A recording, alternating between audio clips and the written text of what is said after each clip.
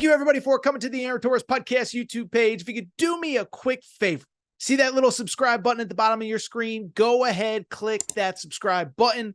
Really does help our channel grow, our audience grow, and I really do appreciate it more than you know. So click that subscribe button. Appreciate your support. Now, here's the video that you came here for. I think the most important place to start is in Gainesville, Florida. Florida Gators hosting the Miami Hurricanes.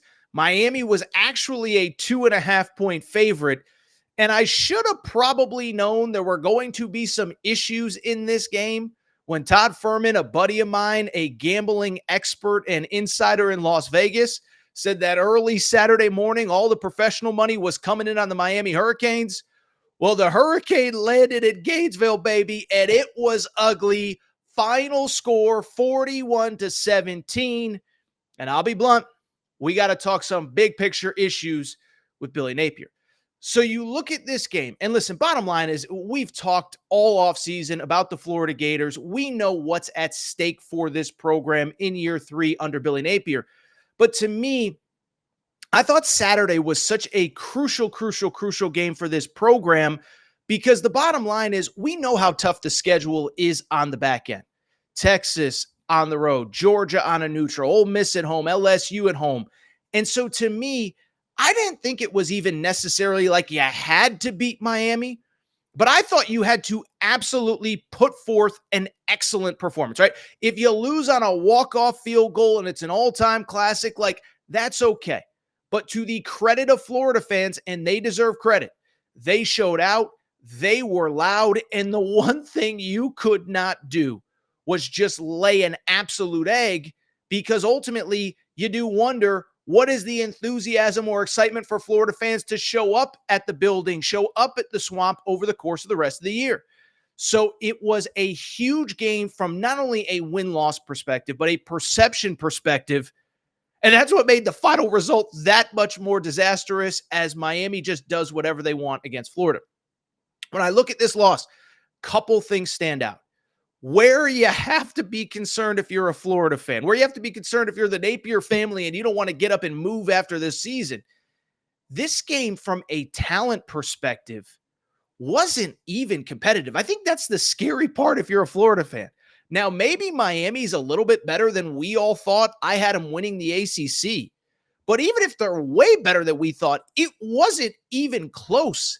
It looked like an FBS team versus an FCS team in week 1. And Florida's the home team. They're supposed to be SEC caliber. And instead, Miami at every single spot, bigger, faster, more athletic, I would argue tougher, which is kind of a sad thing if you're a Florida Gators fan. And they absolutely run all over them. 580 yards of total offense for the Miami Hurricanes in this game. Let me make sure and double check that stat. 529. Okay, so I apologize. 529 yards for the Miami Hurricanes. Florida, how about this? 261 yards of total offense. And 71 of those yards came in the first half of that game. So it's not like we're talking about, it was even. No. It was over basically like middle of the third quarter, middle of the second quarter on. And again, of all of your offense, like this thing basically was done by halftime, because Miami jumps out to the early lead. Florida has that big run, and immediately Miami comes back down and scores. So it wasn't even competitive. It wasn't close. The two teams did not look equal. But here's the scary part. Here's the worst part if you're a Florida fan. And this is where my criticism time and time again of Billy Napier comes in, is that Florida, it's not only that you lost, it's that all the same problems that have plagued this program time and time again showed up at the worst possible times. Jesse Palmer talked about it during the broadcast. You watch this game, Florida, just look at it's the little things. It's not the complicated things. It's the little things. Yes, you're not good enough, but beyond that, opening drive, you're about to hold Miami to a field goal. Dumb penalty, late hit on the quarterback. They get a new set of downs. They score a touchdown. You score on that Montrell Johnson run to cut the lead at that point to what we thought was a respectable 17-10 score. Miami gets the ball back with 3 minutes to go. You think they're just going to run out the clock. Then again, another dumb penalty gives them a first down, and all of a sudden it's now 24-10 going into halftime, and they're getting the ball back. So you're not good enough, but you're also beating yourself, and that's where we have to talk about Billy Napier's future. Now, I know it's only week 1, but you look at what's going on at Florida, and in my opinion, there's a couple of reasons to think that this thing ain't going to get better.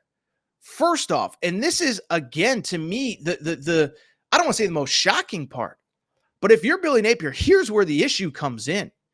It's year 3 for you, but it's also year 3 for Mario Cristobal. So, like, where is the argument if you're Billy Napier that somehow you need more time or this is all a process? Those are his favorite words, right? Our process, our organization, we're this, we're that. No. Mario Cristobal's got a process too, and that process is kicking your butt. Because whatever you think about Mario Cristobal on game day, his team was prepared, they were physical, they were tough, and they were just flat out better. So it's year 3 for you, but it's year 3 for him too, and his program is leaps and bounds better than yours. And you can't tell me that Miami has better NIL or better this or better that. They're just doing it at a higher level than you right now. Beyond that, if you're a Florida fan or if you're trying to defend Billy Napier, you look at the schedule. Listen, we'll talk about what Napier has to do to keep his job, but look at the schedule. Where are the wins if you're a Florida fan? Because if you beat Miami on opening night, then you start to talk yourself into, well, Florida State's a little bit down. And Texas A&M, now they lost to Notre Dame. Maybe they're not as good as we thought. And UCF, they're good, but they're not on our level. Instead, you get destroyed by Miami, and all of a sudden you look around, I don't know where you find the wins. Sanford next week, okay. But then you have Texas A&M in 2 weeks. Texas A&M was at least tough and physical. Connor Wigman wasn't very good. We're going to talk about A&M in a minute. But at least A&M, you could see the difference in toughness and on their defense. Maybe that's a win, but it doesn't feel guaranteed by any stretch at home. Central Florida in a couple weeks, UCF. They put up a bunch of points. Gus Malzahn knows how to put the ball in the end zone, something Billy Napier hasn't proven an ability to do. And then that's the easy part of the schedule. From there, you have at Tennessee. Kentucky isn't a gimme. You lost to Kentucky 3 years in a row, so don't tell me that Kentucky's a win on the schedule. At Mississippi State should be a win, but Mississippi State, that building is tough to play in. And then, of course, you have the backstretch of the schedule where you have Georgia, at Texas, LSU, Ole Miss, and, of course, Florida State to wrap the season. All 5 of those games feature teams that were in the top 15 to start the season. And so when you look at Billy Napier's future, listen, I've said it regularly all offseason. I do think 6-6 would save his job because I think there's a couple things working in his favor. One, I think even Florida fans that are kind of over his crap are like, dude, we don't want to start over. You know, what is it? 4 head coaches since Urban Meyer left. You know, Will Muschamp doesn't work out. Jim McElwain doesn't work out. Dan Mullen doesn't work out. By the way, Dan Mullen tweeting up a storm. But the issue for Florida is you got to get to 6-6, and I don't see where the wins are. By the way, there's another thing working in Billy Napier's favor that's maybe been a little bit underreported. So producer Matt, pop up the tweet that I had on Saturday afternoon, because I kind of said it half jokingly, but kind of not. The bad news for Florida, Billy Napier's buyout is $26 million. So that's another reason why in their heart of hearts, I think nobody wants to pay $26 million to get rid of a coach when you're going to have to probably pay another $100 million to get a good one in his place. But the other thing, and this is important, Scott Strickland, the AD, has hired the last 2 football coaches. Didn't work with Dan Mullen, even though in hindsight, Dan Mullen was clearly better than we gave him credit for. And it's not working with Billy Napier. So thank you, producer Matt, for that. But the funny thing is, and I'll tell you, I knew this, but Florida fans were quick to mention it to me. The thing about Florida right now, there's kind of some uncertainty in not just the entire athletic department, but at the entire school. And so Billy Napier weirdly has some politics working in his favor where the school president is an intern. And so ultimately, I think most Florida fans understand if you're going to fire Billy Napier, you probably have to fire the AD as well. SEC ADs don't get 3 shots at hiring the right football coach. But with an interim AD, you sit there and say, well, wait a second now. Interim AD, maybe, or interim school president, excuse me, is that guy really going to want to clean house at 2 of the most high-profile positions at his school, athletic director and football coach? I don't think an intern wants to do that. I think an intern's hoping you're good enough where I don't have to worry about it. I got enough on my plate. I'm trying to run a major university. So you look at that situation, it should work out in Billy Napier's favor. Because on the one hand, you either have an intern that doesn't want to do it, or 2, the school president gets in place probably sometime in late October, early November, and that guy or girl's only going to be on the job for a couple weeks by the time the season is done. So Billy Napier actually has a couple things working in his favor where, again, I just think if you get to 6-6, if you get to a bowl game, if you show any level of positive momentum, I think you got to feel pretty good that you're keeping your job, that they're giving you at least 1 more year into year 4. But ultimately, once again, and I'll be quick because I know I just said it, look at the schedule. A&M, you beat Miami, all of a sudden A&M maybe feels like a win. That doesn't feel like a win to me. Not after what I saw on Saturday. A&M, like I said, is at least tough and physical along the line of scrimmage.